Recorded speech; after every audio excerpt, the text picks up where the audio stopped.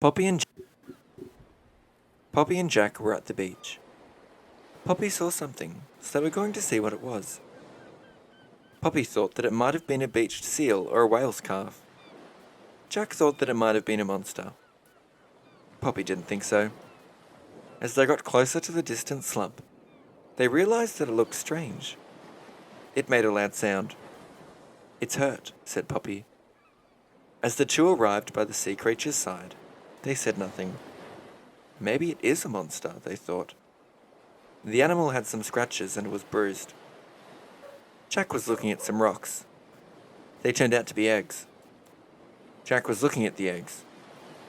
Meanwhile, the animal died. Poppy and Jack promised to look after them.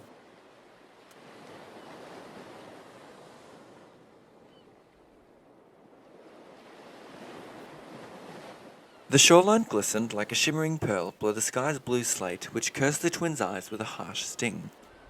Jack hopped behind his sister, flinching every time his feet would graze the burning sand that lay beneath him like fresh embers from sizzling coals.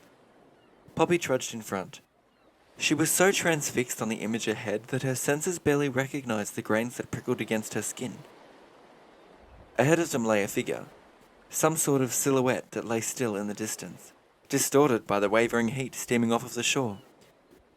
Poppy thought that it might have been the carcass of a seal or a whale's calf. Jack suggested that it was a water monster of some kind, but that was silly, Poppy thought. Monsters aren't real. That's what she kept telling herself anyway. She didn't dare tell Jack, but the closer they got to the mysterious slump, the more peculiar it appeared. Its body was rounded with a chest that heaved ever so slightly from weakened breath, and the thing's head was pointed with a snout like a seahorse's. Barnacles and moss looked to be sprouting from the creature's skin, and its arms and legs, all 6 of them, were lumpy and grotesque. It started to smell too. The beast howled a horrendous screech that mimicked a thunderclap mustered from the most violent midnight storm, but it didn't seem angry or cruel. Instead, it sounded mournful. It sounded scared. The creature lifted 2 fins as if readying itself to move before surrendering to its weight and falling limply again beneath the unforgiving sun.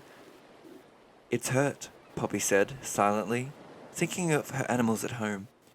Whenever they were hurt, she'd do whatever it took to help them. So why wouldn't she help this one? As the two arrived by the sea creature's side, they said nothing. Their shared silence, broken only by the beating of the noonday waves, was enough to indicate the same shared thought. Maybe it is a monster. The thing had wide open eyes with irises painted in a calming gold glow. Its snout pointed upwards towards the sky as it lay on its back. Uneven, shaking breaths wafted from its nostrils, remaining as the only indication of the little life that the creature had left. The barnacles and algae that sprouted from its thick, leather-like skin were clearer to see now. Poppy thought it looked almost pretty, like the beast's torso was home to a garden of sorts. Beneath the green and grey speckled spots that decorated its belly, Poppy could see that the animal's spherical body was bruised with some scars and scratches that were etched deep into its skin. Poppy watched the water's waves lap around her brother's knees as he knelt beside a peculiar collection of small rocks that were bobbing with the water's thin surface. They resembled shark eggs, however, were laced with glittering patterns of deep blues that mirrored the very sky above their heads and an alluring magenta shade that looked as though it was stolen from a sunset. "They're eggs," Jack said. "She's a mother." Poppy's attention returned to the animal's face, but she could no longer find her eyes. Her newfound friend had fallen victim to a sleep that brought an end to her uneasy breaths. A relief, in a way, Poppy thought, to not be in any more pain. But with another glance towards her brother and the eggs, she couldn't help the tear that burned down her cheek, harsher than the sand against her feet. Poppy took a deep breath, closed her eyes, and rested her palms on the animal's side. Both Poppy and Jack made a promise to one another that they would care for the eggs and keep them safe. It was all that they could do.